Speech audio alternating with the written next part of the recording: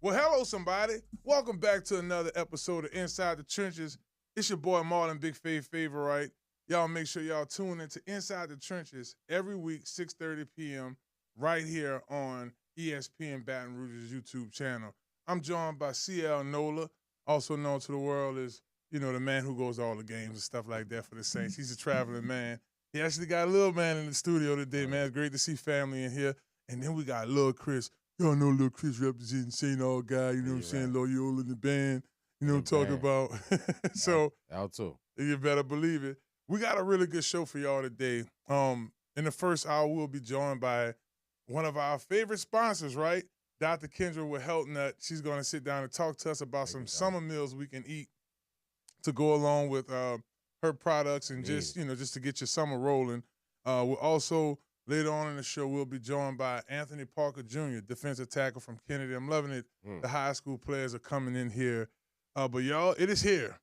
It is finally here. The NFL football season, baby. That is right. I'm looking forward to it.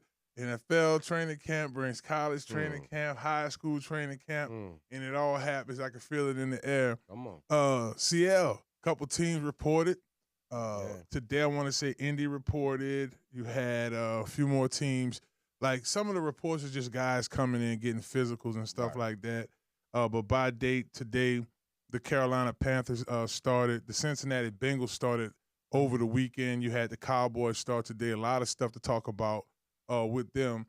You had the Indianapolis Colts get rolling today, the Chiefs. So it's here. On yesterday, the Vikings reported. So my big thing and the first thing that we want to talk about, and we want to take this time to thank Conquer Sports Pros for sponsoring this segment. Be sure to follow them on Instagram at Conquer Sports Pros. And train with the champs, baby. Hello. I want to start talking about the NFC South teams. New Orleans and Atlanta, they report, well, the players arrive tomorrow, but everything kicks off on the 23rd. Tampa the 24th, the Panthers the 24th as well. CL, I'm going to pick a random team. When it comes to the Atlanta Falcons, you like the random team?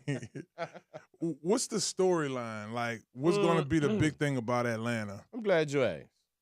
The storyline will be in ATL that Penix will be the starter, and they will have $100 million backup in Kirk Cousins. The headline in Atlanta will be who will actually take over offensively. Will they let Penix actually throw the football? Will they actually expect Bijan and 25 Algie to carry the load? This is the first time this young man is actually going to start his year. Obviously he played 3 to 4 games last year. He did fairly good in my estimation. But the reality is it's not a 16-game season that he's staring in front of, obviously, with the Kirk Cousins situation at his back door. Pause. Jesus. Look, Chris, when you think about the Atlanta Falcons, what's the big storyline with them this season? The big storyline. Raheem Morris. And how can he have a more successful second year with a young quarterback in Michael Penix there in ATL, and how they will stack up against the other NFC South teams? I also think the storyline will be those 2 edge rushers that they got in the first 2 rounds. How they actually traded up to get Tennessee rusher Pierce Jr. Yeah, that's right. In the second round. They're going to have to produce immediately. I still feel like Atlanta doesn't have enough oomph in the middle, but they definitely address the edge position. So I know that they'll be looking to see what those young men will do immediately in Atlanta headline. Yeah, I agree with y'all. Y'all made some really good points, especially when Chris brought up Raheem Morris. For sure. I mean, he's not in the Mike Tomlin position in terms of pressures to be successful. Right. But they have put up a lot of equity in what he wanted to put up for his staff. So knowing Arthur Blanks, it has to work out significantly for them. But what I will say is this. What's the potential of this combination between London Penix and Bijan Robinson? Like, could those guys potentially account for 1,000 yards apiece? Like, do you see one of those type offenses? Unfortunately, yes. I mean, they were close to it, last year. Even though once again Penix had started later on in the season, they're all first round picks. Let's be honest. Yeah. Atlanta has made an attempt to go get first round talent and put it on offense. That's why they're questionable on defense. But it's true. Those gentlemen can ball out. And the reason why we do look at Raheem Morris, because at the end of the day, they went with Raheem Morris over Bill Belichick. That's why we have that eye on Raheem a little bit more than you would say the average guy on his second year. That's a good point. As a head coach. If y'all just tuning in Inside the Trenches, baby, it is training camp time. 2025 NFL season has officially kicked off. We're going through the NFC South, looking at different teams who might have the edge in the NFC South. We'll also go around the league as well. I look at this Atlanta team, to y'all's point. They have potential, but it's like, man, if we don't win 10 games, you're getting stared at like, what's going on with this team? What do they say about potential? You see what you get what I'm saying? Get fired. Yeah, potential don't get it done. Yeah, potential gets you fired. And here's another thing, too, to pay attention to, guys. They don't really have that much depth at receiver. So we mentioned Drake London, but, I mean, you got Mooney, you have McLeod, but you don't really have any big names after that. Now, when you look at it from a tight end perspective, you do have Kyle Pitts. Bust. He was a first-round pick. Year 5, year 6, can we just call it what it is? Well, I mean, I understand that. He's had 2, maybe 3 decent seasons in his time frame, especially his first 2 seasons. Pick. But he was a first-round pick tight end, so you have to do like Bowles, Blake Bowles did last year. Right. I said Blake Bowles. Blake Bowles. From Brock Georgia. Bowers. Yeah. Brock Bowers. Brock. Bowers. I said Blake. Wow. Yeah. Brock Bowers put up numbers. He was almost offensive player of the year. If it wasn't for Jaden's extraordinary year, Yeah. You have to look at it like that. Chris, defensively for Atlanta, that's another quiet spot for them, right? AJ Terrell hadn't really made noise that we thought he was going to do. They do have 2 New Orleans players and David Onyemata, also Caden Ellis. Atlanta's defense, I mean, we're talking about this high-powered offense. Do you think they have any potential on defense to maybe – is anybody on this defense maybe a standout player, or they may just be basic this season? I mean, they have some talent on the defense. Caden Ellis, Leonard Floyd, like you said, David Onyemata, Jesse Bates, AJ Terrell. They definitely have some talent on defense, but can it all gel together? Can the scheme fit those guys defensively? Well, defensively, I just have questions for Atlanta. How are they going to get pressure up the middle? They lost Grady Jackson. How do you get pressure up the middle? True. Who's the other guy on the other side of Terrell's overrated self? Who's on the other side of Terrell? Then you let Jesse Simmons go. So who are you gonna replace at safety? So just straight up the middle, D tackle, safety. I'm questioning what are they gonna do. Yeah, I mean that's a good point. These are question marks that need to be answered in Atlanta, because let's just say for saying those edge rushers actually do something and they come off the edge. Well, no problem. Just go up the middle. Right. No, that's a good point, because I mean they're not stout anywhere basically. Not at all. At the defensive back positions, they may have a guy that might stick out. Defensive line, Saints rejects. Linebackers, same deal. So it kind of makes sense in the direction they're going. You go get Terry Fontenot, who's a New Orleans guy. Right. He's going to come in with his New Orleans influence. Let's switch gears a little bit, y'all. Let's go to the Carolina Panthers. Come on. Now, I think this is a team on the cool has really made some improvements. They were the laughing stock. You know, you bring in Bryce Young. C.J. Stroud ended up performing better than him in year 1. Right. Yeah. But, you know, you put some weapons, build an offensive line around them. Now, they got McMillan, who I know he was high on our list for the Saints. Was like, boy, if we go get a receiver, we'll go get old boy from Arizona, which is him. You got, you know what I'm saying? It's Xavier, who let's be honest, he has some skill as well. And then you have Adam Thielen, who's your veteran in that crew. Yeah. On backups, you do have David Moore from Tampa. You also have, in the 6th round, you get Jimmy Horn Jr., Come on. who could do some things for you at Colorado. I thought he was pretty good. So, CL, I'll come to you first. Are the Carolina Panthers more improved than the Atlanta Falcons? Ooh. Well, if you say improved, then I would have to say yes. Because obviously, I look at Atlanta. These are our division rivals, so I look at them very closely. I know the losses that Atlanta has taken on. I also know the additions that the Carolina Panthers have made. Jimmy Horn Jr.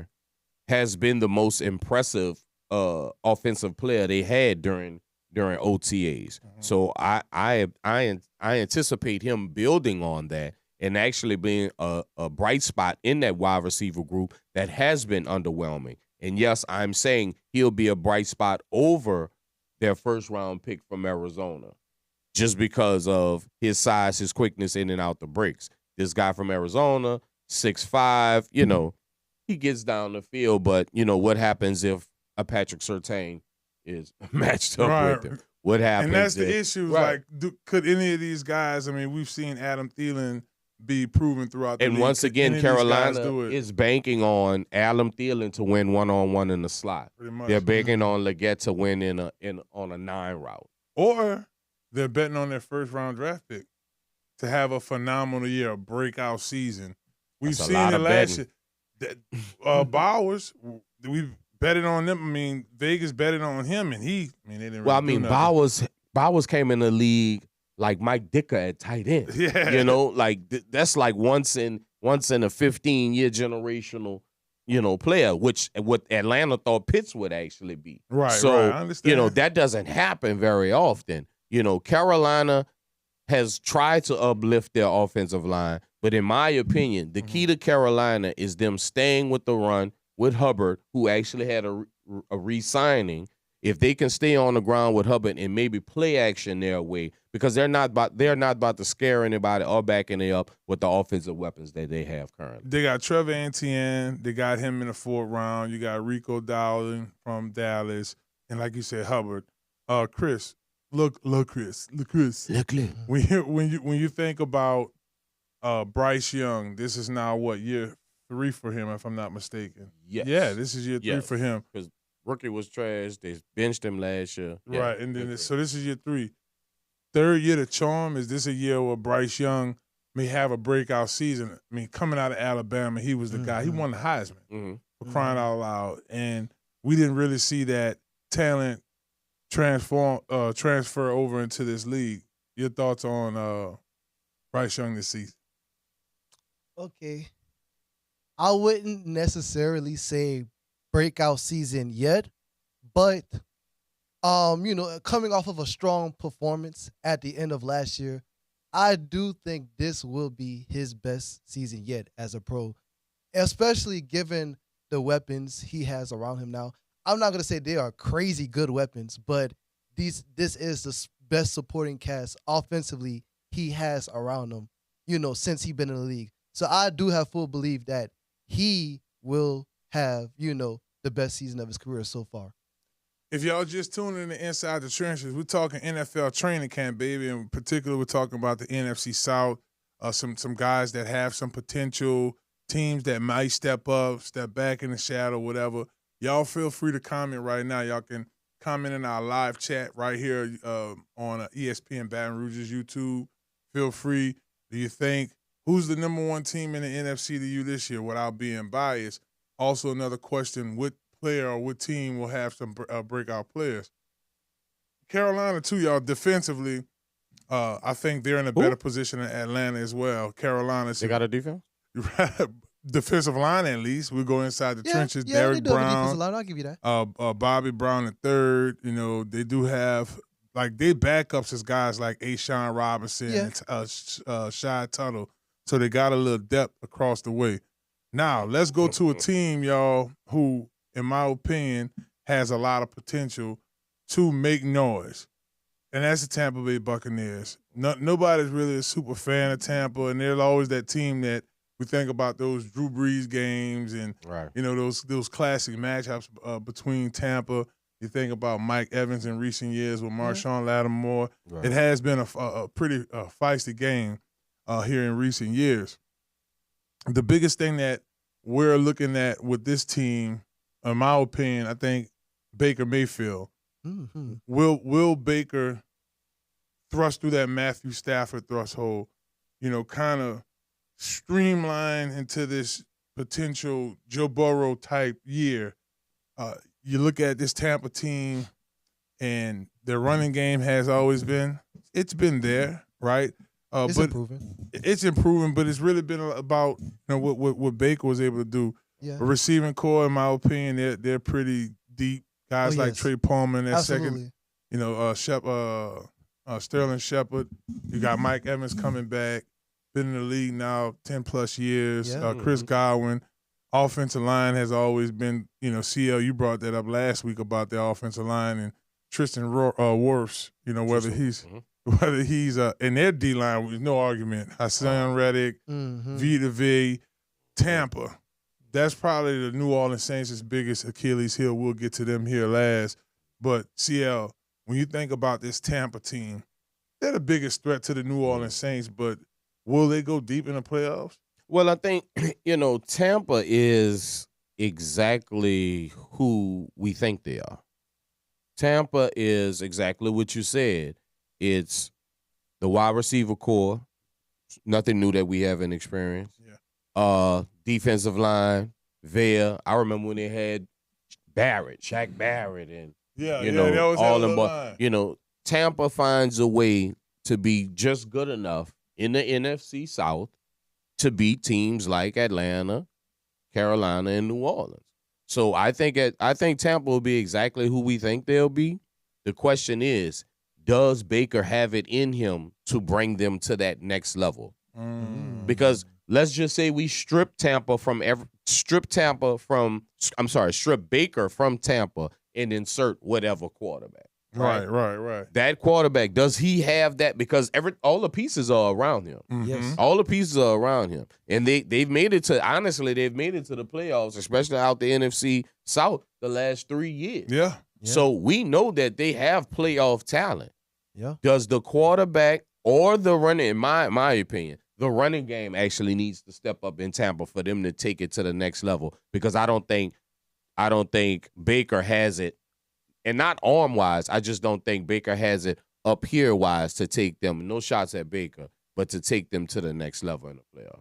Hey, and I'm going to say this too, y'all, and I will hope this kid would have an opportunity to make this team. CL brought up their running game. My goodness. Let's look at their running backs. You got Bucky Irvin. You got Rashad White. Mm-hmm. You have Sean Tucker. Last year, that's the one who destroyed the Saints. Yeah. Oh, my goodness. DJ Williams, a college free agent from last year, and the college free agent this year, Josh Williams from LSU. Right. What if this kid, we know how his story, little Chris, has been a tale of the time at LSU, was on the national championship team as a walk-on. Mm-hmm. He ended up going to SEC Media Day last year, being one of our main players. He's the last running back on the depth chart. Hopefully he makes the team, go through training camp. What if he has one of those stories, one of those Rudy stories? That would be great. That would be amazing. Right. I'm definitely cheering for him. Yeah, and we know that Bucky Irvin was the catalyst last year, but at the same time, we know it wasn't enough. Right. That's why they addressed the running back situation in the offseason to see if they can have that combination. Of course, I'm not trying to date myself. Not like a Warwick Dunn all-star combination, but any 1-2 punch will help Baker in his mission to, take it to the next level in football. My question is, and I'm very curious, and I think we're all curious because, of course, those boys sell jerseys to get all the headlines. A Shiloh Sanders. I already know Shiloh will make the team. He will be an effective player for the Tampa Bay Bucks. I hope he doesn't make too many plays against the New Orleans Saints, but we're happy that he's on the team. He's getting the praise that he deserves because he will be a solid player in this league. Well, I mean, obviously he's the fourth player on the depth chart, but when you look at defensive backs, right, I mean, you got special teams galore. Exactly. You know? What do we know about Shiloh? He's a good tackler in space, and he knows football. That's ideal for special teams. Yep. Yeah. Ideal. Speaking of, before we talk about the Saints here, because we're going to get to them as our final NFC South team, but man, I saw this article I was reading earlier. I didn't fact check it or anything, but Shedeur Sanders has a clause, like a merchandise clause or whatever. His jersey's going bananas right now. $250 million. So you saw, and he gets like 14, 15 million of that. Yeah, so that's not a bad deal, Coach. Yeah, and I guess they tried to, because he's going to be a starter in this league, whether it's here or somewhere else. For sure. He's going to be before the end of the year in Cleveland. All right. I mean, I bet my prime sunglasses on. You know what else you could do too? You can it should be a little bet out there, like will Shedeur be a starter this year? Oh my goodness, please! Well, I know you don't bet, but still, I dare y'all to bet, man. What funny. You won't give me? No, they're not gonna bet you. You can place that bet. Oh, okay. I know you're not a bet man. Yeah, I'm not a bet. You know, you can say, hey, Shedeur, the spread on that, like, Shedeur's gonna be X, Y, Z. Yeah. Yes. Oh, when the Saints go marching in. Oh, when the Saints go marching in. Yes, indeed. Let's go ahead and talk about the team. Thank you, Lord, for being in that number. Ballin'. Oh, Shuck. Shuck say he's going to shuck a couple of oysters. He's going to throw oyster party. Oysters this weekend. Yes, indeed. The oysters on him this week. Yes, indeed. And why? See, is it because he signed with the Saints a guaranteed deal? Talk to me about that. He actually signed a historical deal because there's never been a second-round pick to get a fully guaranteed deal. He was the only quarterback to be picked in the second round. They are, actually a correction on myself. There were guys before him, like the 37th pick and the 38th pick, that ended up getting fully guaranteed deals. That's why the pressure was on the Saints to actually just get it done. It's just, I'm sorry to even sound like that. It's a $10 million deal over 4 years. The only thing is it's guaranteed. And that's where it gets tricky because we don't really know what Shuck is going to be able to bring to the table professionally. Right. So kudos to his agent. He might be the real MVP. Yeah. But they playing for keeps, It's a unique situation. Yeah. It's a team where you had your starting quarterback just out of the blue retire, which that a lot of Saints fans was extremely happy about that. But now it's, do you trust Rattler enough? Could he get the job done? Do you think you could get somebody out there in free agency? You got Hunter Deckers. I think it's smart. I think it's smart on the New Orleans Saints to, not go into this Cincinnati Bengal type, we gonna play tug of war. Get the young man in. Let's start fresh. Let's start anew. Let's get this quarterback challenge because we're all waiting. Let's get this quarterback challenge. Does Rattler have enough experience from last year to hold off, obviously, the incumbent? They didn't draft him in the second round because they thought his hair was nice. They thought he could be a starter for this year, this team. What shall happen? And look, Chris, I think most importantly, this is one of Coach Kellen Moore's guys. Right. I think that's something we do have to pay attention to. He handpicked him. He came in as a rookie head coach. He said, hey, this is the direction I want to take in regards to my quarterback room. Here are the guys I'm looking at.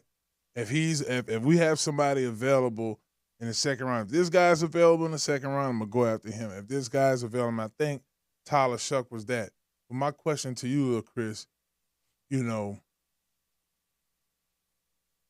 is it enough to make that determination? Like, what I mean by that is it enough in regards to, was the college tape convincing enough for Coach Moore to say, yeah, this is the direction we need to go. This is going to be my guy. He goes through this training. We have Spencer Rattler. Obviously, that was his guy initially coming in. He was on the roster. He could have parted ways with Spencer.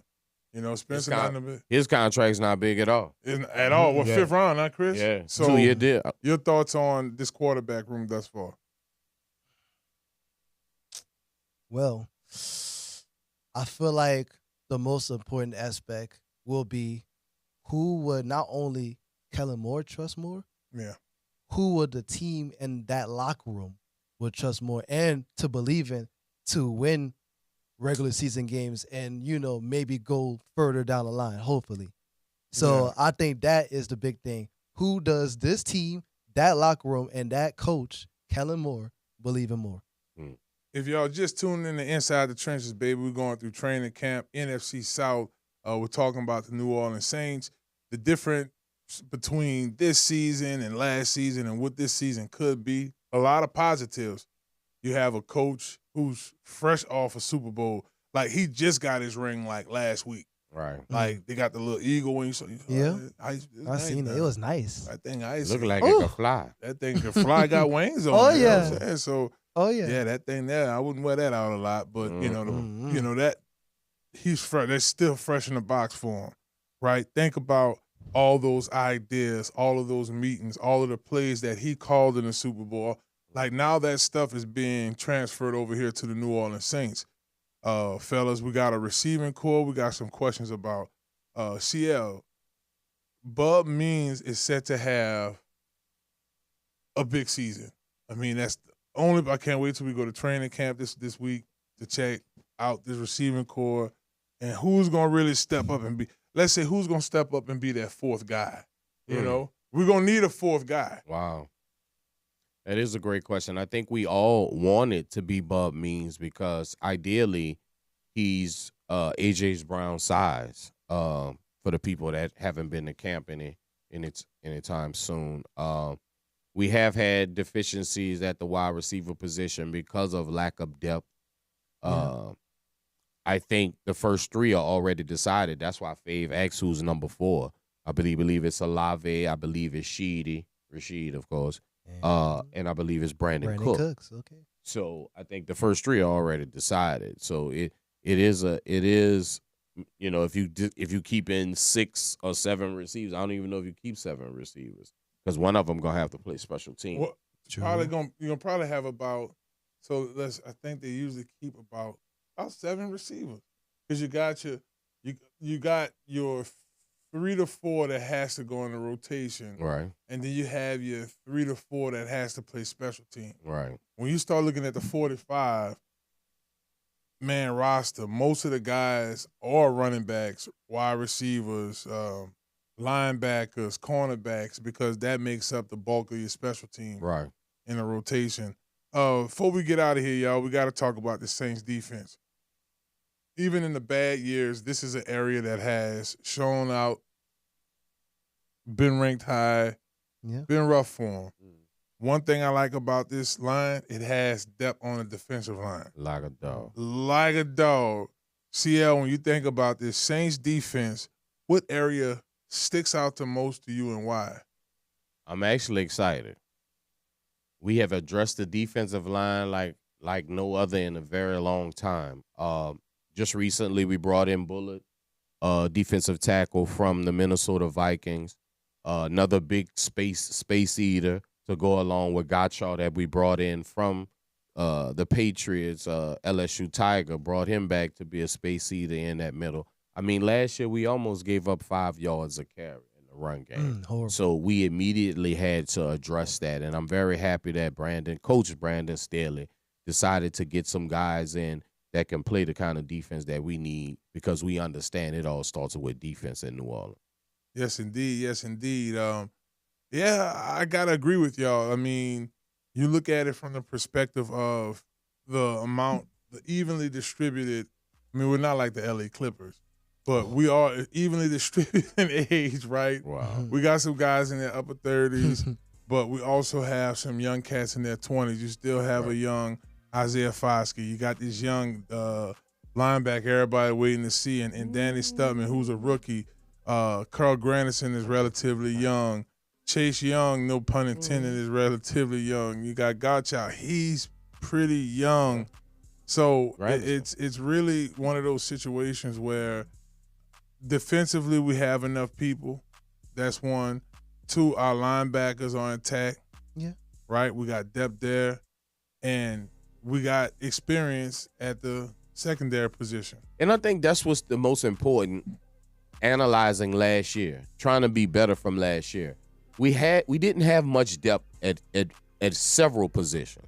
Correct. Now, I just off the top of my head, I know who would replace a Cam Jordan if he's not on the field. Right. I know who will replace a Colin Sanders if he's not on the field. I know who will replace a Chase Young if he's not on the field. And these guys, I believe, can get home. And I think they've been identified by Coach Staley to replace who's ever not going to be out there and make the plays. And I'm actually excited because we are actually going from a 4-3 to a 3-4, which I've stated in the past that we're going to have to get creative in getting pressure on a quarterback in New Orleans because that original 4-3 coming off the edge with the D lineman just wasn't getting it done anymore. And I'm very excited to see this happen.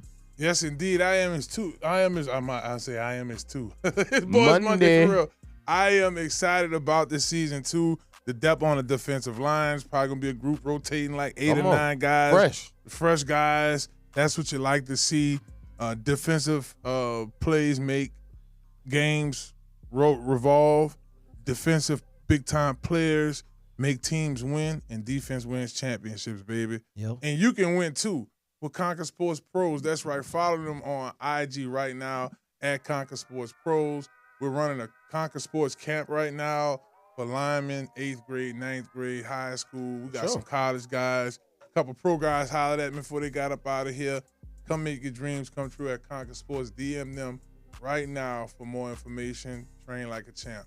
Y'all don't go anywhere because when we come back, we'll be joined by one of our favorite sponsors. That's right. Come on. Dr. Kendra Anders from Health Nutt. Health Nutt. She's going to come through that Health Nutt system. We're going to talk about some summer eats, baby. What to eat in the summertime. And, you know, it was hot today, y'all. About 105 today, boy. I need them summer eats because I was on the grill. I had jumped on the grill, made some grills. You know what I'm saying? So we're going to talk about that. We need it. We're going to talk about that and some more of her supplements as well. Y'all don't go anywhere. We'll be right back, right here on Inside the Trenches.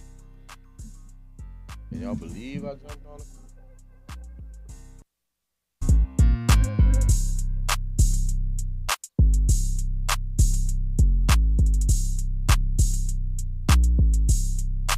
Dentro de las trincheras.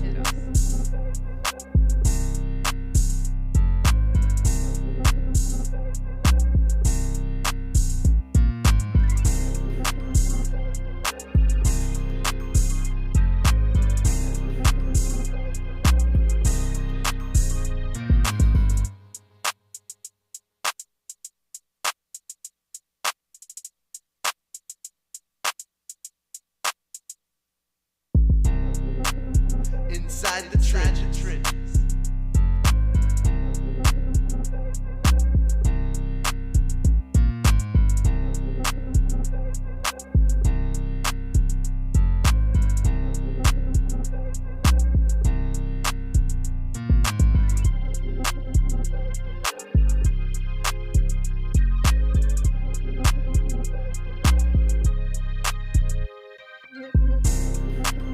Inside the trenches.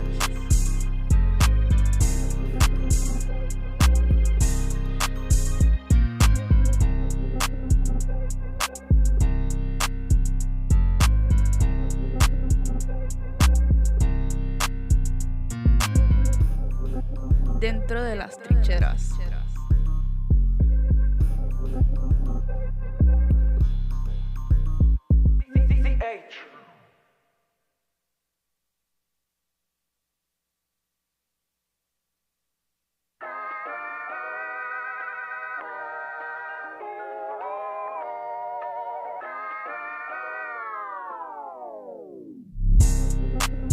Inside the trenches.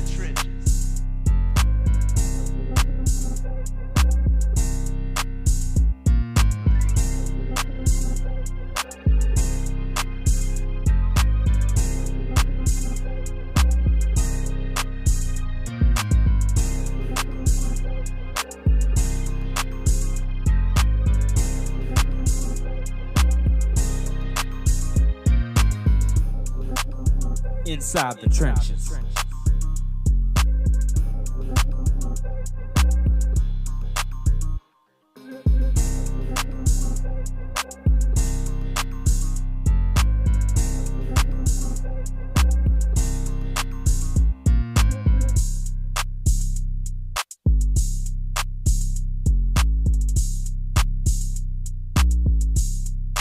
Dentro de las trincheras.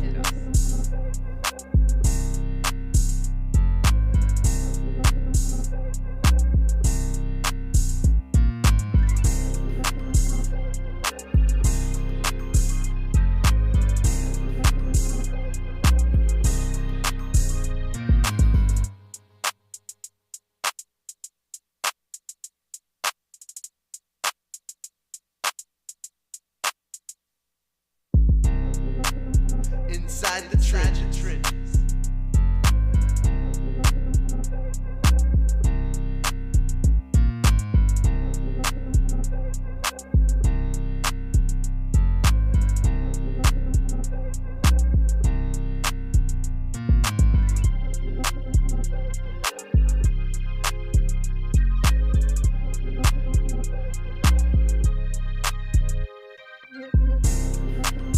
Inside the trenches.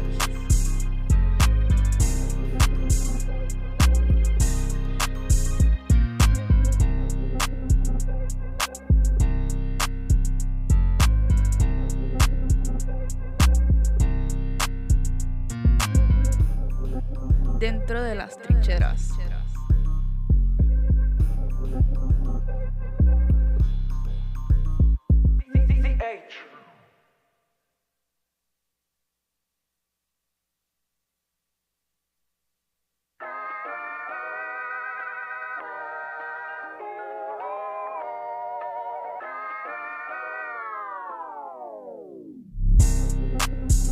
Inside the trenches.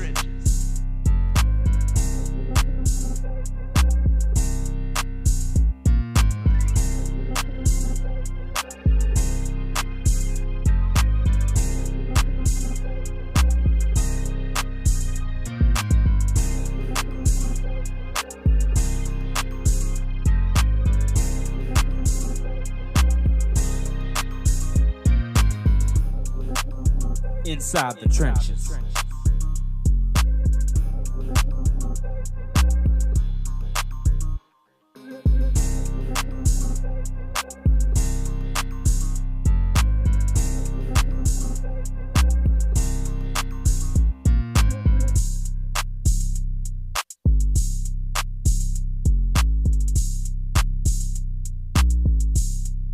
Dentro de las trincheras.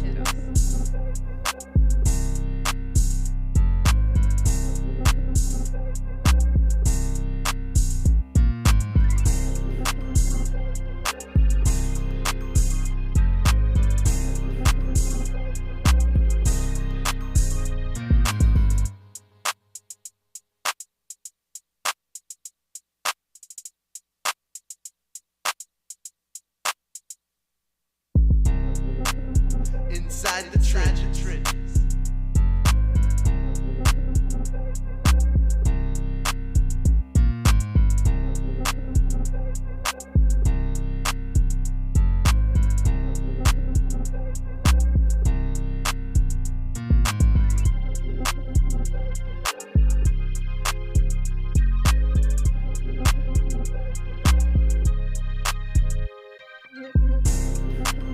Inside the trenches.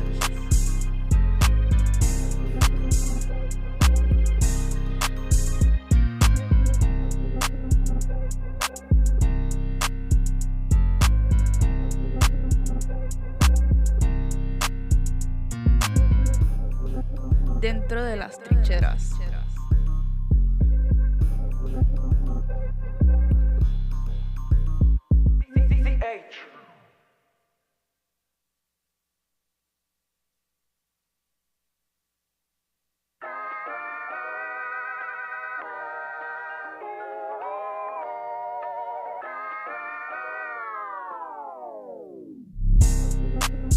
Inside the trenches.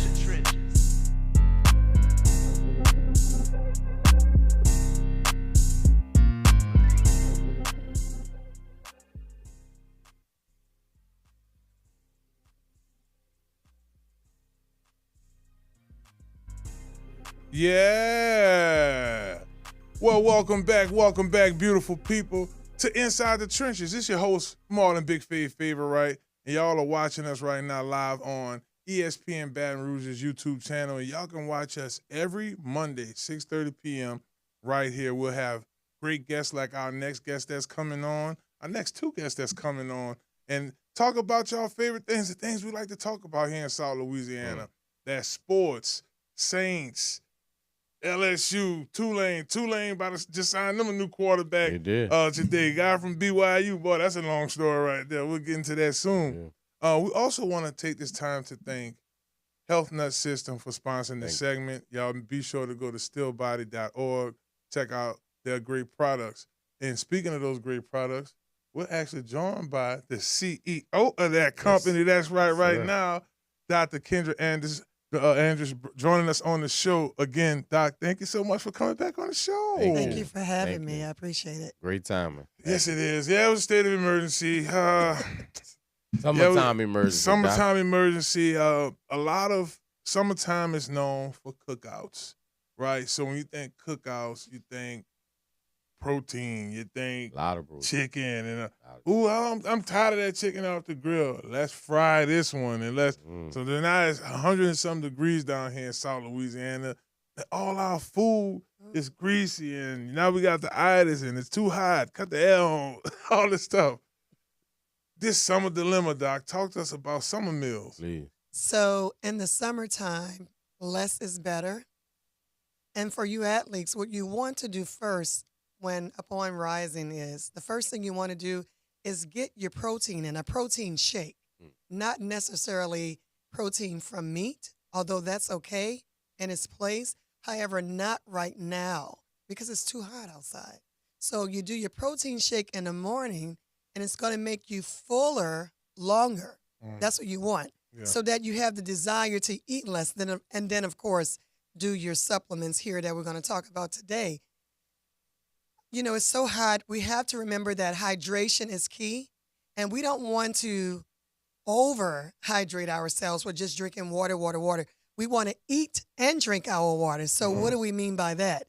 Eating the fruit that is high in water content or the vegetables that are high in water content, such as your watermelon, your cantaloupe, your zucchini, your cucumbers, things like that. That's what you want to do. And you want to eat salads right now, salads and smoothies and your protein shakes, not necessarily the meat. That's for a later time. And you want to eat in smaller portions and more intervals right now. And I know that we're not doing that because in New Orleans, we live to eat instead of eating to live. All right. Yeah, you know what? Essence Fest was just over. That was all the good eats, huh, CL? I'm going to just go ahead and say guilty. Guilty by association. But Doc, that is a great mention. I'm so curious to know, you spoke of frequency. My eating schedule is all over the place. I usually, get up and get it done, and then I might eat around noon or what have you. Tell us what is the correct eating regimen, especially for the summertime.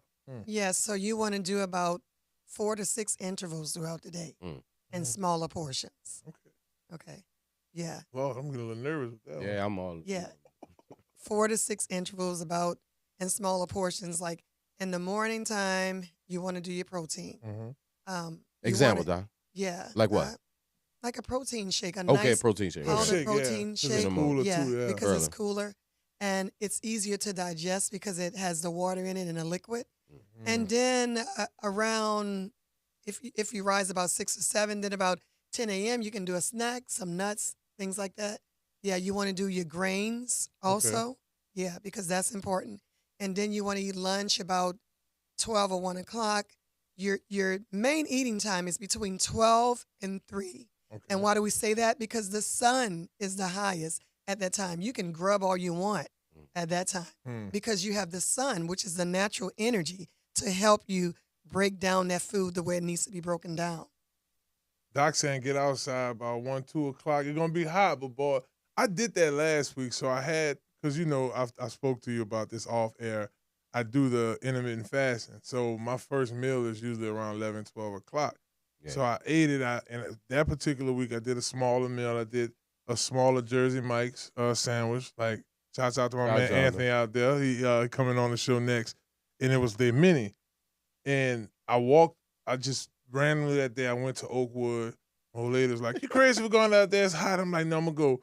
I went out there and I didn't feel as full. Yes. Like I felt the sweat and all of that. So I see why you're talking about the sun is at its highest, so we could burn a lot in that time frame. You get a lot of help. And sandwiches are ideal for right now. Yeah. Jersey Mike's. That's ideal for right now. You want to eat light. There's no need for us to pile on the food because, your body's already at a disadvantage because of the heat.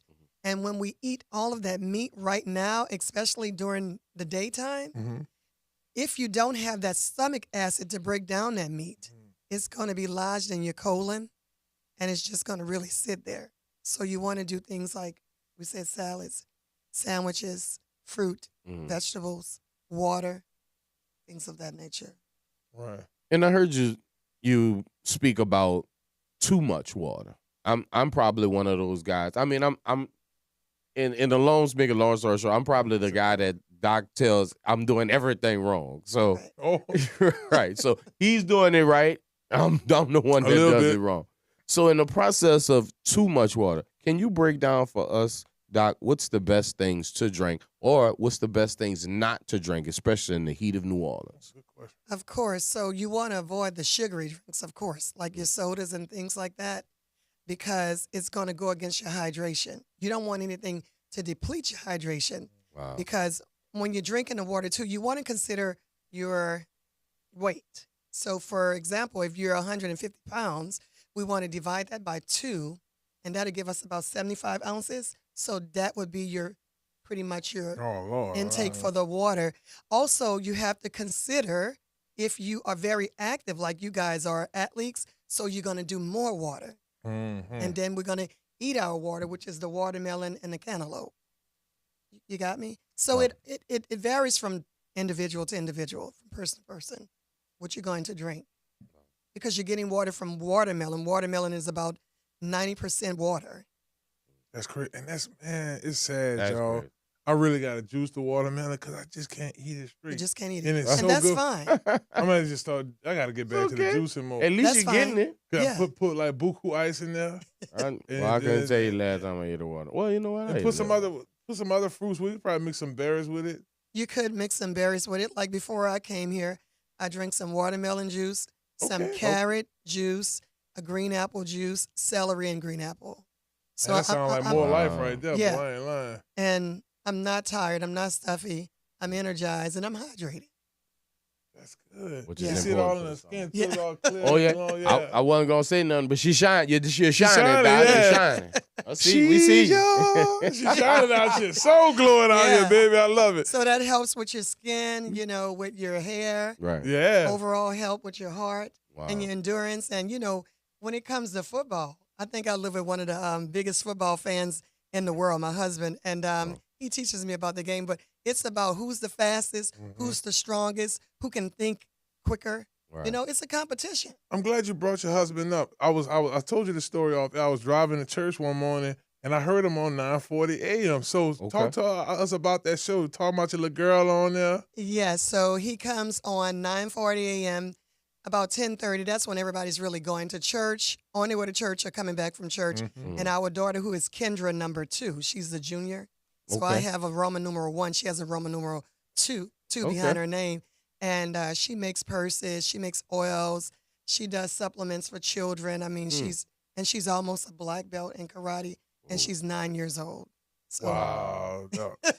Man, you rolling their house, they're going to turn into 3 little ninjas right quick. I couldn't imagine what our schedule looked like. It's very hectic. Like today she was at coding camp, and then now she's teaching at the karate school because that's a part of the qualification for black belt.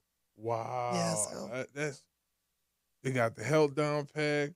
We getting wild for Jesus on Sunday morning, and a little girl an entrepreneur. Yeah. Well, they say health is wealth. That's and, right. Health is wealth, yeah. And that's what my husband teaches. He's not your typical preacher, It's very motivational. That's tight. Yeah. In the midst of this summertime, Doc,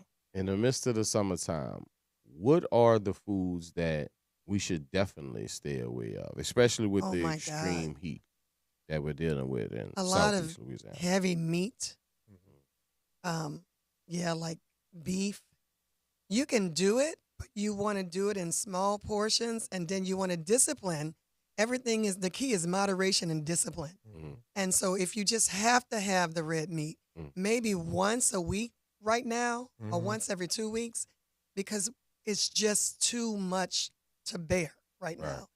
We are living in some extreme times with this heat, and it's just too hot to combat. Of course, the sodas. You want to do more water and herbal teas. Meal prepping is very, very good. Juicing and making your teas at home and putting them in the refrigerator, because we like to take things that's already done. True. You know, we have to take the time to do those things ourselves and just leave it there in the refrigerator so we can grab it and go. Because that's what makes it appealing to us when we see it in the store and we can just grab it and go. So just putting a little bit of time on the side and preparing it ourselves. I want to talk to the athletes for a second here. Speed Up 365. I've been on the product now for some time. Is this, say for instance, I know you have most of your vegetables, get your hydration, you get your vitamins. One capsule of the Speed Up 360 with a meal, what all do your regular consumer gets with just one of the capsules? Yeah, you're getting vitamins, you're getting minerals, you're getting antioxidants, which means it's building your immune system. And it's just an all-around great product. You're going to stay full longer. You're going to be energized. It's going to help those neurons to fire in your brain for that fogginess in your brain. So it's just absolutely wonderful. And you won't have to eat as much food if you take the Speed Up 365. Right. It's going to be like 3 o'clock, and you're going to be like, oh, my God, I didn't eat. I tell the difference. When I remember I was telling you last time she came on CL, like, I don't feel a hunger till like later on in the afternoon. And, you know, you're saying that you probably won't have to eat. What is your opinion on fasting? I love fasting. We eat too much in New Orleans. We eat entirely too much. We don't need as much food as we eat.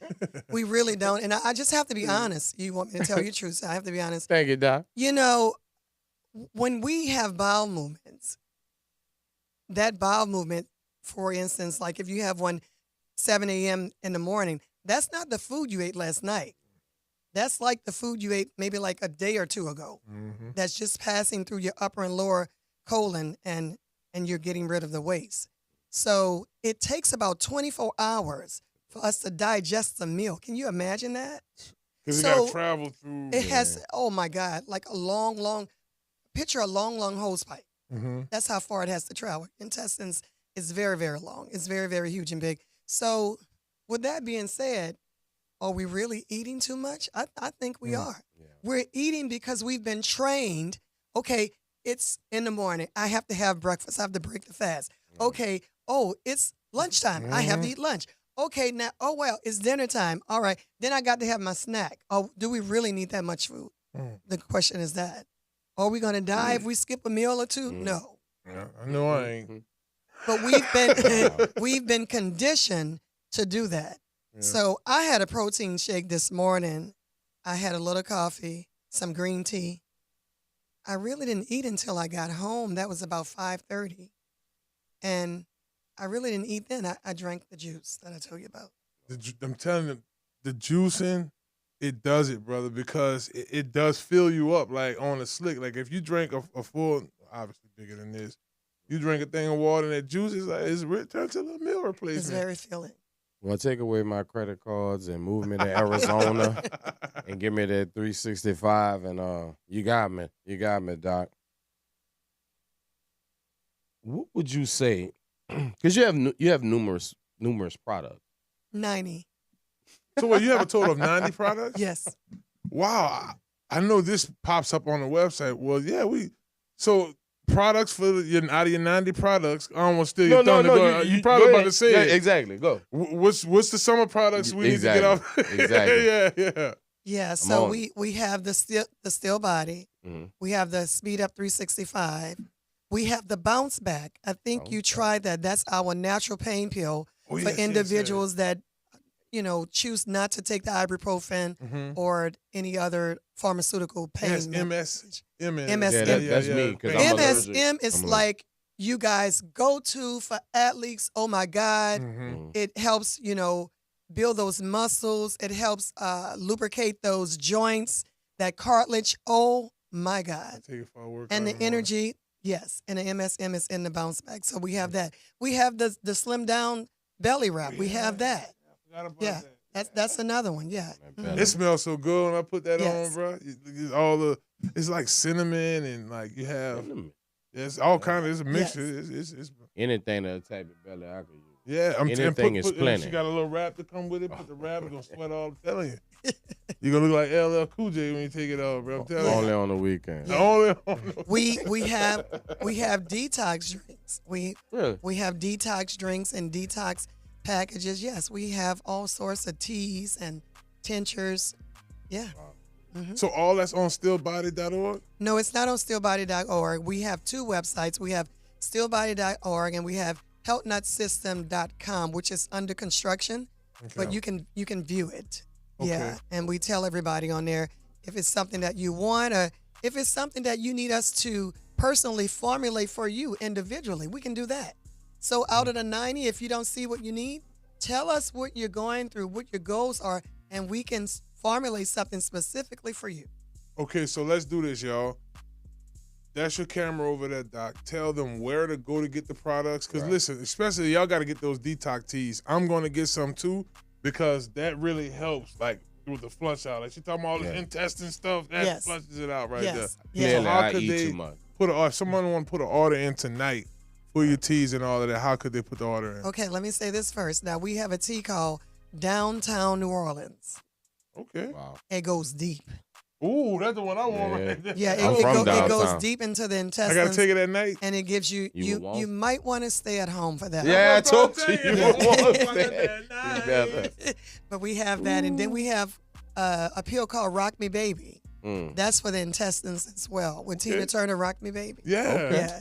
So we have that. So, but if you guys want to find us, you can call us at 504-237-4000 or 504-416-5256 or visit our website at healthnutsystem.com or stillbody.org. If you call us and we don't answer because we're very busy, you can just leave a text and we'll have our secretary and myself or my husband get back to you. Doc, as always, thank you so much for coming Thank you. on the show. Of course. It's good for our folks to see it because they see your products every week. Right. You know, we got to shout you out. And once again, y'all, stillbody.org. Y'all heard the information. You could go to healthnut_1 on, I said it wrong, I know I did. Is that for IG? IG. Health.nut1. .nut1. Go there. You could get more information. I'm telling y'all, this is the way to go. Still Body. Y'all got that? I'm sorry. This is the Speed Up 365. And this is the Still Body. Now, this one for my adults just trying to get sexy for the rest of the summer and the fall. Just not for my athletes. That's Just for for my athletes right here. Y'all like that? Yeah. Come on. Man, y'all can have this one. Well, it is Inside the Trenches, baby. We had one wonderful guest. Now it's time for two. We'll be joined by Anthony Parker Jr., defensive tackle at Kennedy High. He's going to talk to us about his summer training, his football season last year. And you know what? We got to gear up for the 2025 season. Big shout out to Dr. Kendra Anders for coming on the show. Y'all be sure to visit stillbody.org for more information. And look, we'll be right back here on Inside the Trenches. Y'all don't go nowhere. Hello, somebody.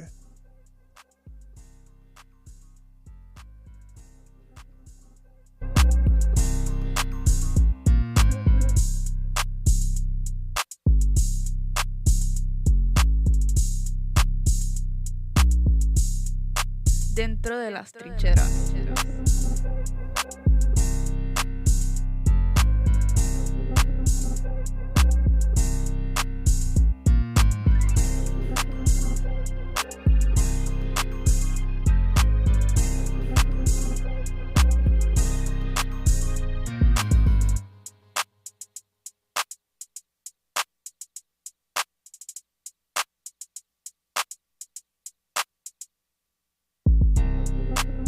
Inside the trenches.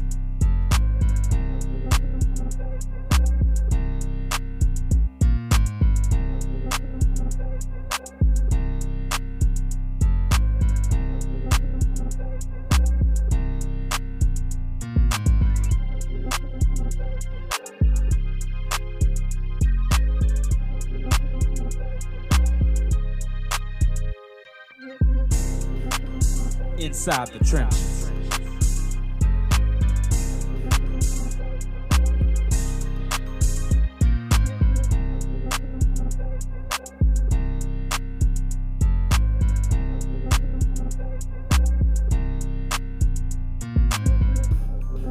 Dentro de las trincheras.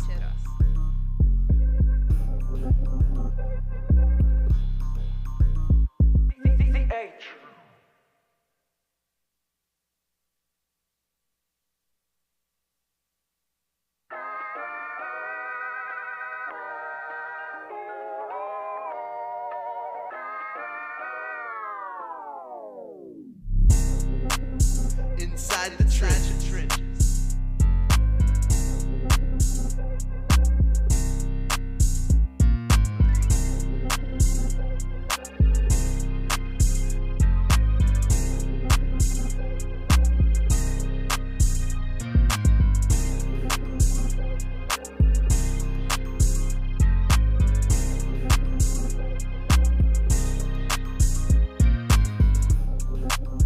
Inside the trenches.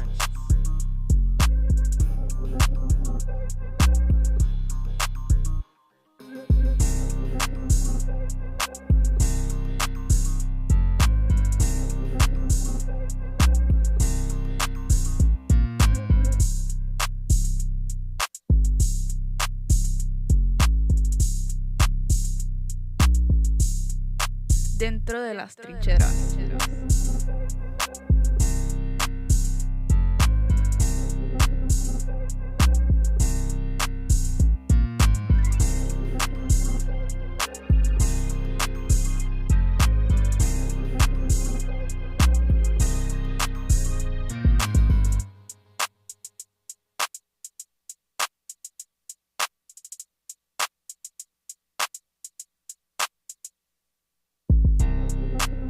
Inside the trenches.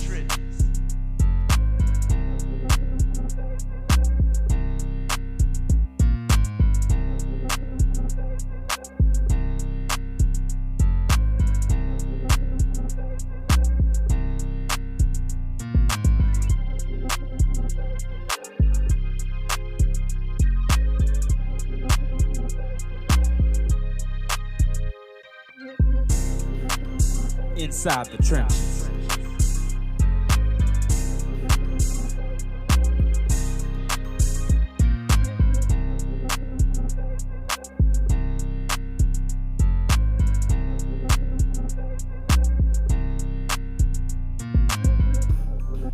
Dentro de las trincheras.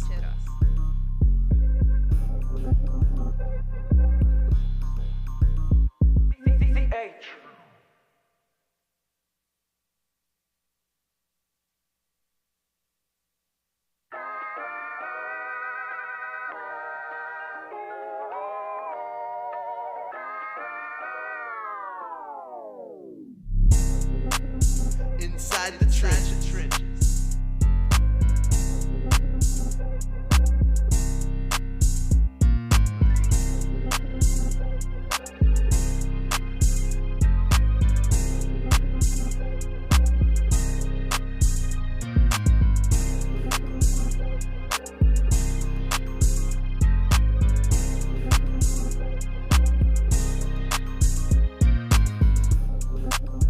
Inside the trenches.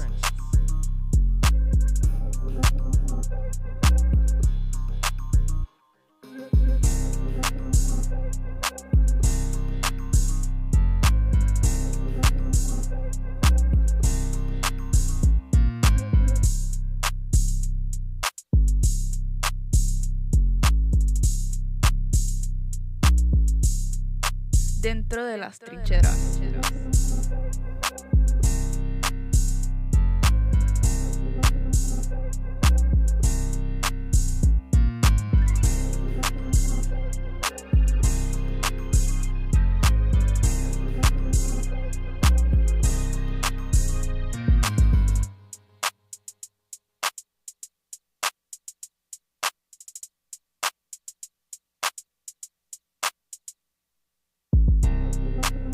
Inside the trenches.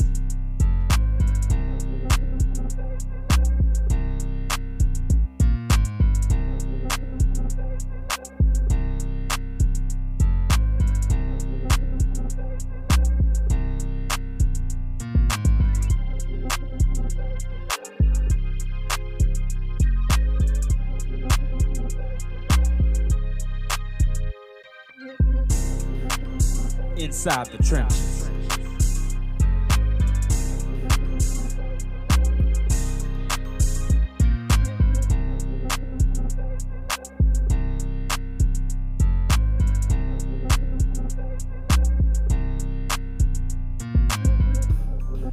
Dentro de las trincheras.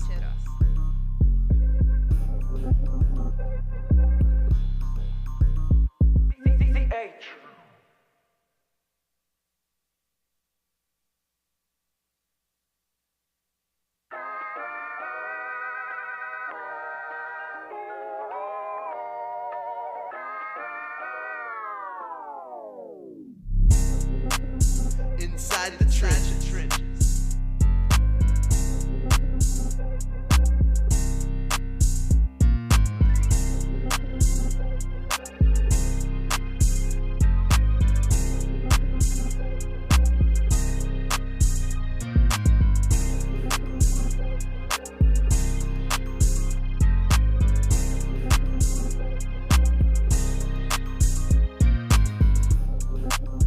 Inside the trenches.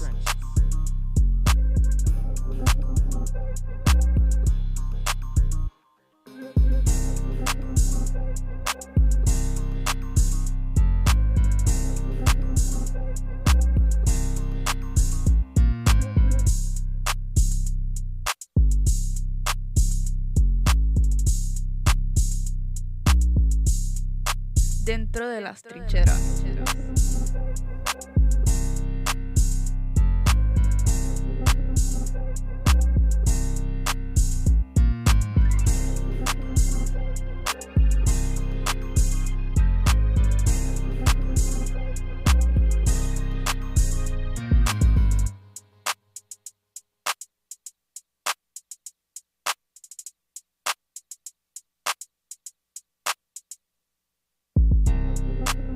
Inside the trenches.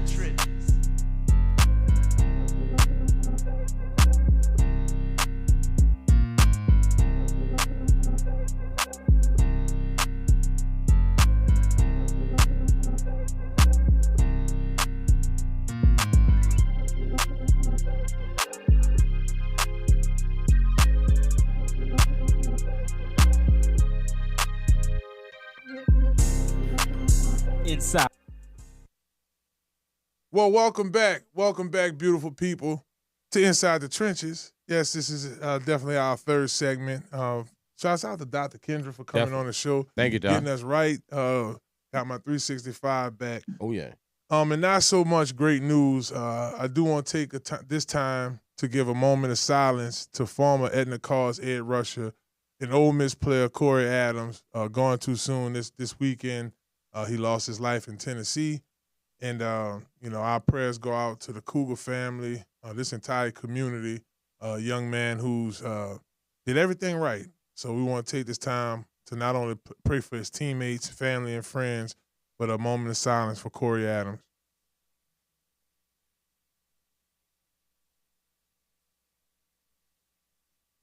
Gone way too soon. So prayers out to the Adams family, all the coaches at Edna Carr, this young man's family, all prayers out to him. Well, our next guest is a high school football player right here from the New Orleans area. My next guest I met about 3.5 years ago, was in middle school, defensive lineman, eager, ready to play ball. And now I can say it a little different with him now because he's state champion. State champion, Anthony Jr. Parker on the show. Round of applause for Big Ant. Won a state championship this year with Edna Carr, and has now transferred to Kennedy. And, man, Ant, welcome to the show. Welcome, brother. Welcome. Yes, indeed. So he calling me coach because, like I said, with Conquer Sports, he's been around for some years. Okay. And for our listeners, just give them your story, give them your background, when football got kicked off in your life, so on and so forth. Football probably went up for me in like second or third grade. Stopped a little minute because of family issues. Not too long, but then I started back in middle school, and that's when I came to you. Started about like in 8th grade. So that was your first season back with playing ball? No, my 7th grade year was. Was it? Okay, gotcha. Gotcha. Well, that makes sense. So you was a young buck getting started us with Conquer. When did you feel like, man, I got this defensive line position down pat? Probably when I start like watching football even more over time, and start realizing like where I can go, like what places I can go with this position, and how much I love it. Well, brother, just like we stated when you first walked in, you won the championship last year, and you leave like a high price free agent. What made you go from one Cougar to the next Cougar? Kennedy Cougars, that is. Yeah, like don't get me wrong, I do love the coaches, but mostly I do love the players that was on that team and currently on this team too. But I wanna play. I want to play. I don't like sitting on the bench. I don't like watching. Like I want to get played, and I want to earn my reps as much as I can and earn my reps on the field. And see, I ain't gonna lie, man. Dude, ball. I'm not gonna lie. What I mean by that is, here's a young man, in my opinion, who came in a little jit, right? How they said I'll be out, a little jit come in, and just started like the older players on that train with Conk was like, man, boy, Andy getting better, man. I'm like, what's going on with this? I said, bro, he's consistent and he's about working. So it's something that I really appreciated over the time. What's the grind been like this summer? I see a difference in you. I must admit that you seem much more focused, polished. I thought he was a linebacker when he came. Yeah, you saw him talking to Dr. Andrews about getting on his 365, so he really about to cut up. But I guess what's been the motivation for you this summer more than anything else? I see the increase in your grind. The motivation not just about myself, but it's also about my family and how much they put into me. So as much as they put into me, I gotta give it right back to them. I like that. That's real news, right? That's Brother, it's very rare in Louisiana to actually win a state championship. What did it feel like to win a state championship? It felt great, but it's not as easy as it looked like, cause you gotta give as much as it gives you, as it gives to you, cause you gotta put a lot of work, and it's not easy. It's a want to. It's like almost like a need. Got it down pat. Y'all just tuning in to Inside the Trenches. We're joined by Anthony Parker Jr. Y'all can follow him on Instagram at 2_Junior27. He's getting ready. The 27 stands for the class of 2027. Here's a young man who's eager to play on the next level. He knows where it starts. It starts balling out right here in high school, right here now for the Kennedy Cougars. Your coach, Coach L. Page, he's a Louisiana legend as well. Tulane. Balled out at Tulane. Carver. Went to Carver High School. Played arena ball with Coach Markham. Asked him about Coach. Tell him, say, hey, man, you got any funny Coach Markham stories down there? I think one Orlando Predators. What is it like playing for L. Page, man? I mean, he a pretty good coach. He a very well coach. He know what he's doing with the team. Mm-hmm. He let y'all have fun. So like, what's a practice like at Kennedy? I mean, it's different from there in Carr, cause it's trying to find itself. Cause almost like that 2014 about my freshman year. Cause like they joke a lot, but yeah, it's almost like that 2014. They just like it. Finding their way. I got you. You're coming from a place that has well-known defensive linemen and get very much pub. What is your goals this year as a Kennedy Cougar, especially at the defensive tackle position? One of my goals is to obviously ball out as much, but it's also to learn as much. Cause the more you learn, it's not just about the technique or just putting the work. It's about watching film and putting that extra work in on and off the field. So my goal is to put in as much work as I can while I'm able to now. All right, so let's get into the position, right, inside the trenches. What's your go-to move on third down? It's third down and let's say 12. I know you're in your jet stance. What's your go-to move? I know your ops might be watching, but if you could give us one or two moves, You can switch it up. Probably the cross chop. Yeah, that's a pretty good one. Why the cross chop? What stands out about the cross chop for you? Because it like give It's more fast for me to use. So as soon as I get on my stance, I just able to swat their hands away. Yeah, I like the answer. I like the answer. I guess, all right. So when you think about goals you want to accomplish this football season, I know CL, talked to you about getting like any specific goals. Like I know some people, for me, going into my junior year, I'm like, man, I want to get at least 5-6 sacks this year. Like what's your goals in that perspective? From that perspective, I mean, this year probably like 20 sacks in the season. that boy's probably gonna make some noise. Y'all heard it first here on Inside the Trip. That boy Andy said he going for 20, and it's doable, bro. 10 games. One of them games you got to get your 3-4 piece. Right. Yeah.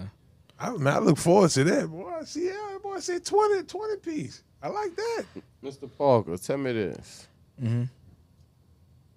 If you were able to talk to your teammates at Kennedy right now, tell them what type of player they're getting. They're getting a very hard-working player, and I'll do whatever it takes to win another championship just to get that feeling back. Like, I'm not that type of player where I'll slack off sometimes. And if I notice I slack off, I also have those people in my corners to let me know. And then I'll kick it up a notch to like keep working and get even more better. You had a new school now in Kennedy. You spent your first 2 years in high school at Carl. Mm-hmm.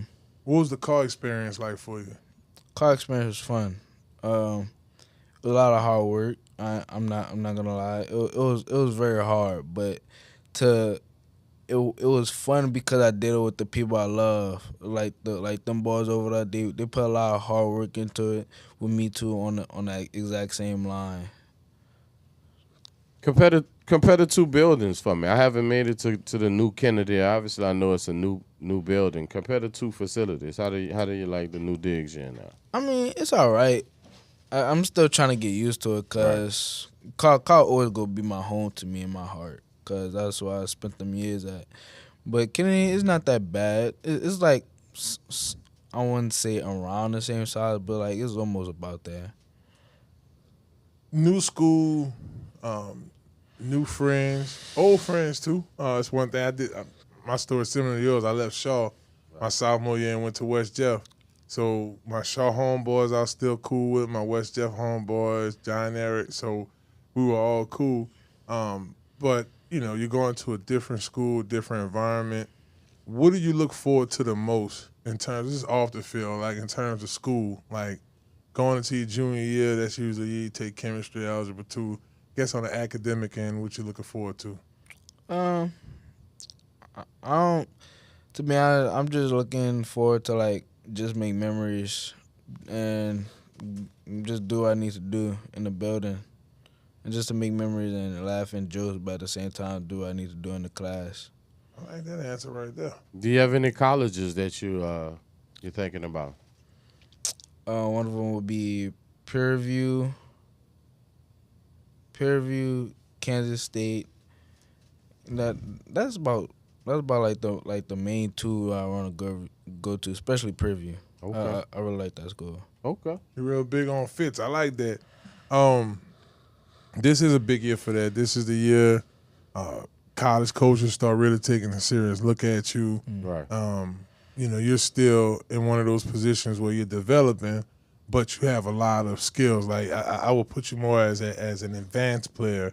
When you start thinking about, we talked about the achievable goals. We looking at certain schools. What do you feel like on the next level would be a good fit? I know you said Prairie View, but if you had to think of like other type schools, do you feel like, man, I'll really do well in the MEAC or a Nickel State or a SWAC school? Like, does any of those schools, I guess, feel like would be a good fit for you? Yeah, I'm not gonna lie. If they ever gave me the opportunity to play, it would most definitely be Texas Longhorns. Oh snap! Oh, now I done heard Ben, was you training with him in Baton Rouge the other day? He played for Liberty. He was talking about the Texas Longhorns. Mike, even my boy Shamal done mentioned them too. What is it about Texas? Is it the Lamborghinis? Like, what is? I did. I know they got the bread. Yo, yeah, they did real I see news. that? It's real news. Jesus Christ. So is it the tradition? Do you like the defensive lineman they've been pumping out? Like what stands out about Coach It's a Steve? defensive lineman they've been pumping out, but it's also like the football team, just like the football program itself, just look fun. Like it'll look like it'll more like it'll be hard, but it'll look fun to play with and play together with them. Them boy got that bread over there. Seem like they enjoying themselves. You get 20 sacks this year, they calling. Oh, That's a man. fact. They calling. I don't No, care they who- not calling. They at your front door. Yeah. They're going to be pulling up. They're going to go to your daddy Jersey Mike's. Yeah. Buy out. Hey, everybody in here, y'all get Jersey Mike's on us. They pulling up. Yeah, they pulling up For for real. When you start thinking about defensive tackles, I always tell y'all to watch film. Man, go study your position. In your opinion, in your time, like you watching the NFL, who are your three best defensive You tackles? talking about like right now? Or, In the last, let's say, you really started to dig into football heavy in the 8th grade, 7th, 8th grade. So from that time frame when you first started watching these NFL games to now, who are your three favorite D tackles? one obviously Aaron Donald, because undersized D tackle, only 6 feet even. He's better than a 6'5" type of person. J.J. Watt, very quick off the DN too. Cause like, and Warren Sapp. I like Warren Sapp. But like what I like about those three is like they very quick off the ball, very nice and shifty. Yeah, I like Wow. them. Three good D tackles. Well, obviously you're on your film game. I mean, it's obvious that you're on your film game because a young man your age wouldn't know who Warren Sapp was. Right. So since you are inclined to know these young men, well, these older gentlemen, I'm sorry, these retired Hall of Famers, actually, how do you who would you say you have style like? I don't know, it's Monday, I can't get my words out. I'm yawning over here. How would you say your style is comparable to, one of the defensive linemen? Who do you play like? I'll probably say Aaron Donald. Quick off the ball and try to use my hands as much as possible. And very undersized as that. I ain't gonna lie to you, bro. Out of all of my D tackles right now, even my pro guys, and he's really quick off the ball. Like he's very explosive at the point of contact. Check out John Randall. We're gonna be talking our next segment. We talking like GOAT to the NFL. This NFL preseason, so that's something we're gonna talk about after. You've played in some games for Edna Call. Right. Who's the toughest offensive lineman you went against? To be honest, there really was no tough offensive lineman. Like how I think about it, there's no tough offensive lineman because they can only teach you what you need to do to get better. They only go help you make you get better. Like if he go do something that next play and you off the field, you should go to your coach and watch that film. So if he do it again, you already know what your counter move should be. I like that boy. Got an answer. That boy say, I know where you got show that me from. my opponent. I'm done with my opponent. Yes. Man, okay, so Ant, we like to have fun on the show when our little high school guests come on. We do food with some of them. I think we should just go assorted with you. We should mix it up. All right, so I guess we're going to go, you going to roll with this person or that person? They call it this or that. This or that, but we're going to do people. Okay. All right. All right, we're going to do people. Okay. See, I'm going to let CL think a little bit. I'm going to go first. All right. I ain't going to do that to you. I'm about to make you laugh. I'm going to tell you what that went off, yeah. All right, because that was a good one on there. Okay, let's make it easy. Drake or Kendrick Lamar? Kendrick Lamar. Gotta do that. Warren Sapp or Vita Veda? Ooh. That's a guy. I got my answer. I'll probably have to take Warren Sapp because I watched him more. Yeah. Vita heavier, but yeah, Warren was just something different coming off the ball. All right. So I got you with the rapper last time. Let's go. Ooh, let's go New Orleans Saints. Ooh, let's go. Alvin Kamara, or Mark Ingram. Yeah. Ooh, give me Alvin Kamara. He was my favorite. He was one of my favorite players in the Saints growing up. Okay. All right. Beignet or Kincaid? Beignet. Moles or Jersey Mikes? Jersey Mikes. Oh, okay, all right. He answered that quick. He actually worked at both of them too. I'm sure. Pelicans or the Saints? To be honest, I don't. Probably the Saints. I guess. Saints? All right, yeah, because you're a football guy. I got you. Yeah. See, I got the pale. Well, you know the younger cats, they don't. Yeah, Andy Davis. And all Yeah, that. they don't. You know, and, no, and no. not saying you. You know, some cats. When you're older, you almost have to be a Saints fan. You younger cats, y'all. Y'all don't follow them rules. Y'all do respectfully. Y'all do your own thing. Yeah. So I'm happy to hear that it was the Saints, brother. I'm with you on that one. Okay. UL or Tulane? I have to go with Tulane. Yeah. Say that boy, then. next door, Say that's that Tulane. then. Y'all heard him? Go Summerall. What's that happening? All right. You got one on? I got Yeah, one. I got more. one. Cardio or weightlifting? Weightlifting. Yeah. Ooh. I hate cardio. Amiri or Gucci? You said Amiri or Gucci? Amiri or Gucci? Probably Amiri. Oh, I mean, this is right there. You like it, I mean, I know you're young. I know you're young, but Lakefront or Riverview?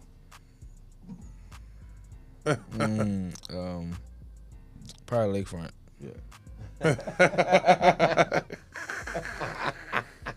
Well, he ain't lying. All right. No. Well, yeah. Playboy Cardi or Youngboy NBA? Young boy. Oh, all right. Okay, Travis Scott or Playboy Cardi? I don't really listen to neither of them for real, but like. That's how I'm telling you. That's the one right there. East Bank or West Bank? Ooh, that one right there. That's crazy because I lived on both sides. I know.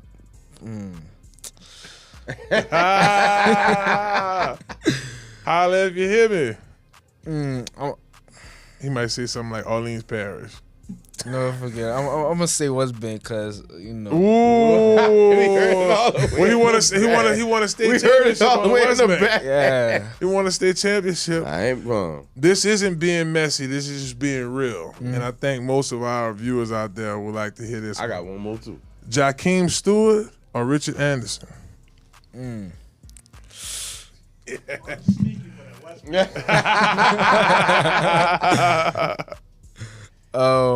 I'll probably go with my dog Rich.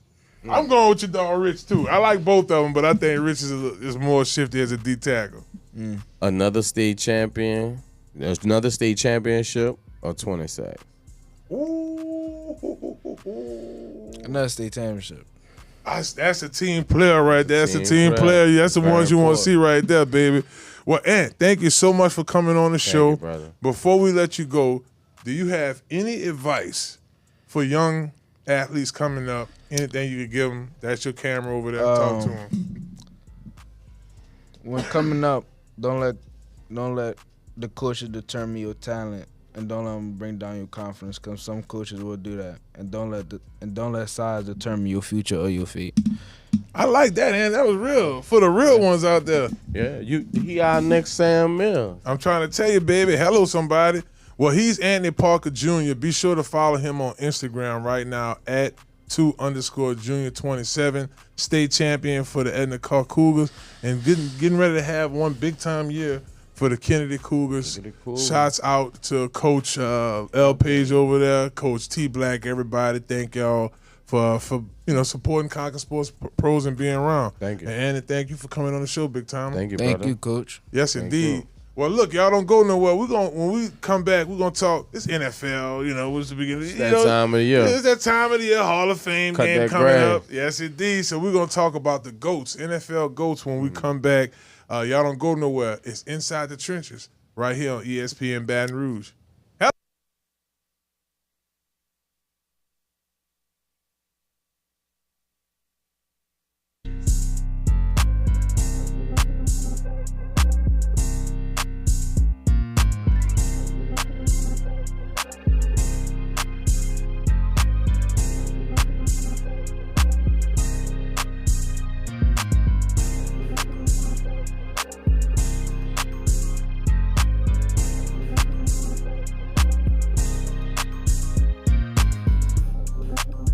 Inside the trenches.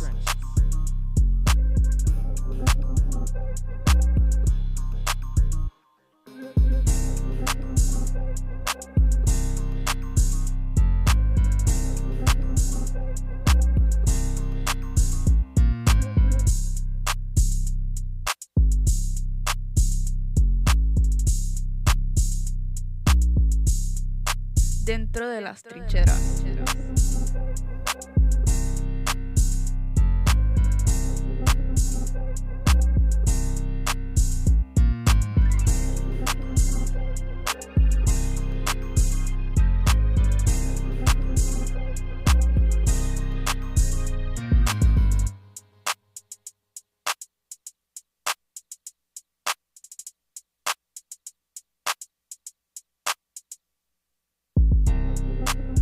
Inside the trenches.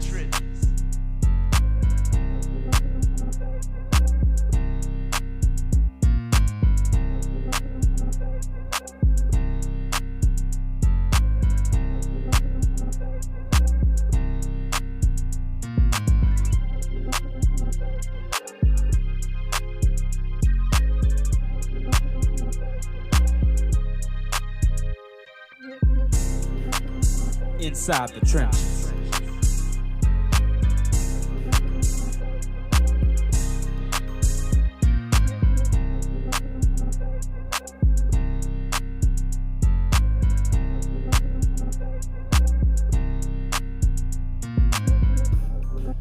Dentro de las trincheras.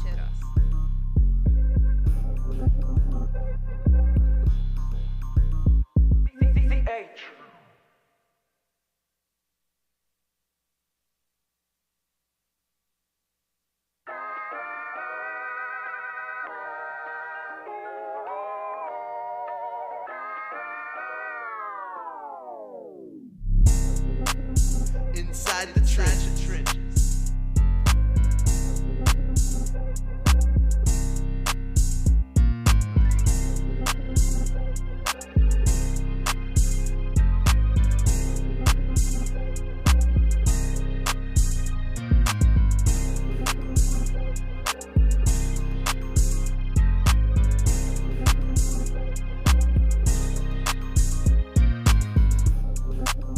Inside the trenches.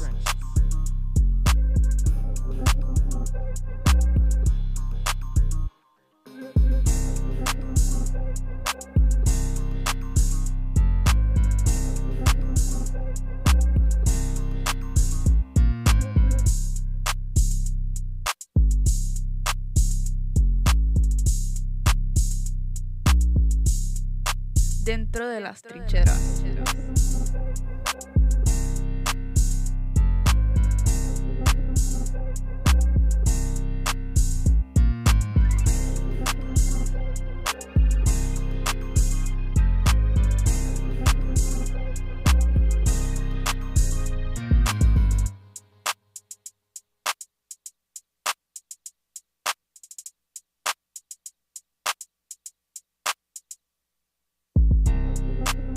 Inside the trenches.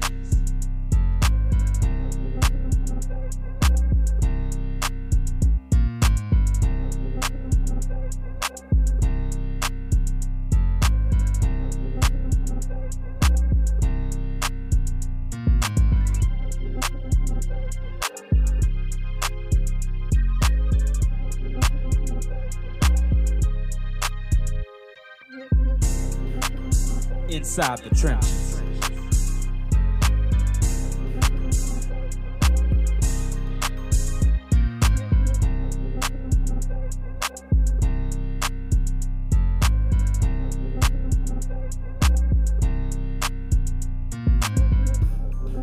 Dentro de las trincheras.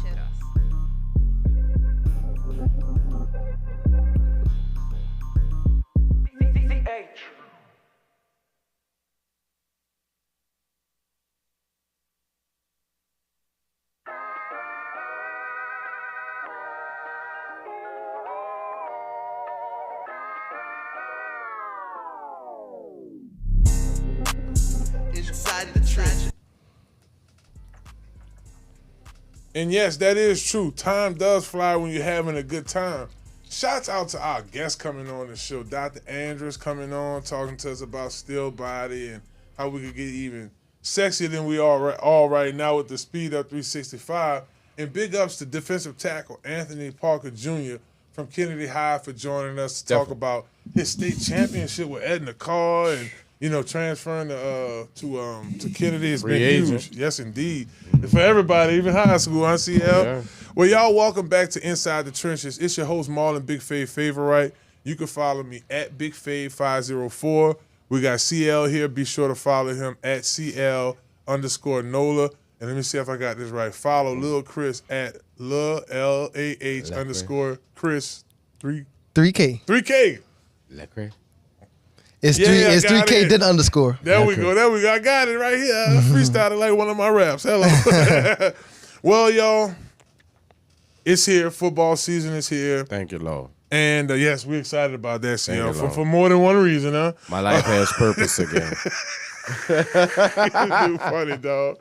And the Hall of Fame game is coming up. It'll be the first NFL game played on the 31st of this month. That's crazy we're saying that. Sir. It's of this month. 10 more days. 10 more days and it's happening, Chris. Count them down. And so some guys are going to be inducted into the Hall of Fame.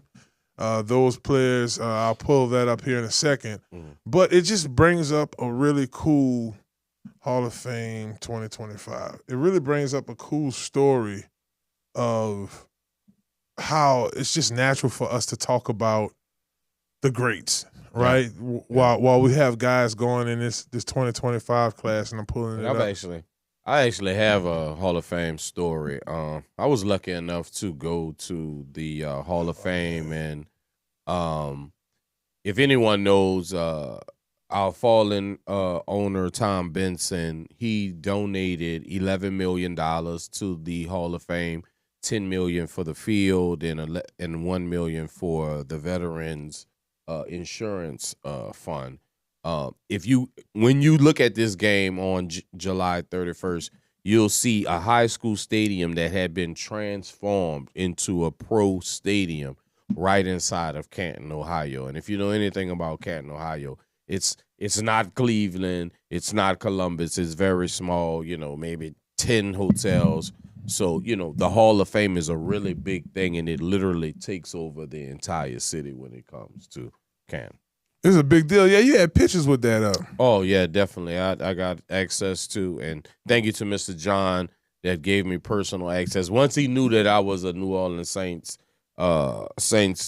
person, he brought me to, because there is a statue of Mr. Benson. You took a picture by it. I thought how long ago that was? That was 2 years ago. That was maybe 21. We actually, it was funny. We played the Pelicans played Cleveland, and that was the year LeBron was still there. They actually beat us in Cleveland that day, and I went to went to Canton that next day. So that was probably 15.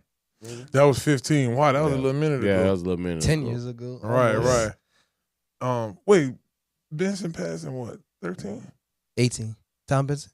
When did Tom Benson? 18? 2018. Yeah. 2018. Yeah, so it must have been after 18. I can't remember these. Yeah. I got the pictures, though. Yep, you sure do. I remember the pictures.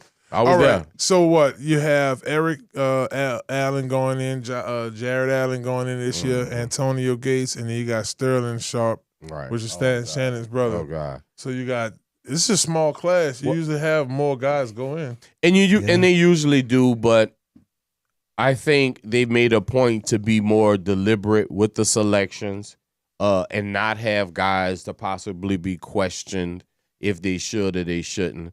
When you talk about the great Sterling Sharp, I mean, obviously everyone knows, maybe around LeChris age. They know that his brother Shannon, but Sterling, believe it or not, was the better of the brothers. Started out at Green Bay, an amazing wide receiver, one of the bigger wide receivers in this league, dominated those years that he played. Unfortunately, he didn't play as many years because he got hurt. But eventually, there's two guys that play very short times. Of course, the great Gale Sayers, who only played 8 years. And now you have Sterling Sharp being inducted. And I'm proud to see Sterling going. So, Chris, let me ask you a Hall of Fame question before we get into this GOAT conversation. Okay. Could you name 3 Hall of Fame players? Like ever or just in that Ever, case? yeah. Ever. I'm just saying you're a young cat, so we just wanted to, Right. not to throw you on the spot like Nah, that. it's but cool. It's cool. It's cool. Let's see. I'm gonna say Jerry Rice, He's for definitely sure. on there. For sure. Joe Montana, There you sure. go, see? and let's go. Way back in the day. Oh, he going Let's back go. Mean Joe Green. There you Come go. on. Hey, ding, ding, ding, ding, ding. Look at little Chris. Their busts are all there. Yes, Promise. indeed. Don't talk about Gen Z. They rolling, baby. They know Hey, he this. on it. He on it. All right, y'all. So this week we're gonna do wide receivers, DBs, edge, D-line, that debate. Any arguments, y'all? You know, I'm just gonna lay the names out. The great 4 wide receivers. We're gonna pick 4 players from each position. Okay.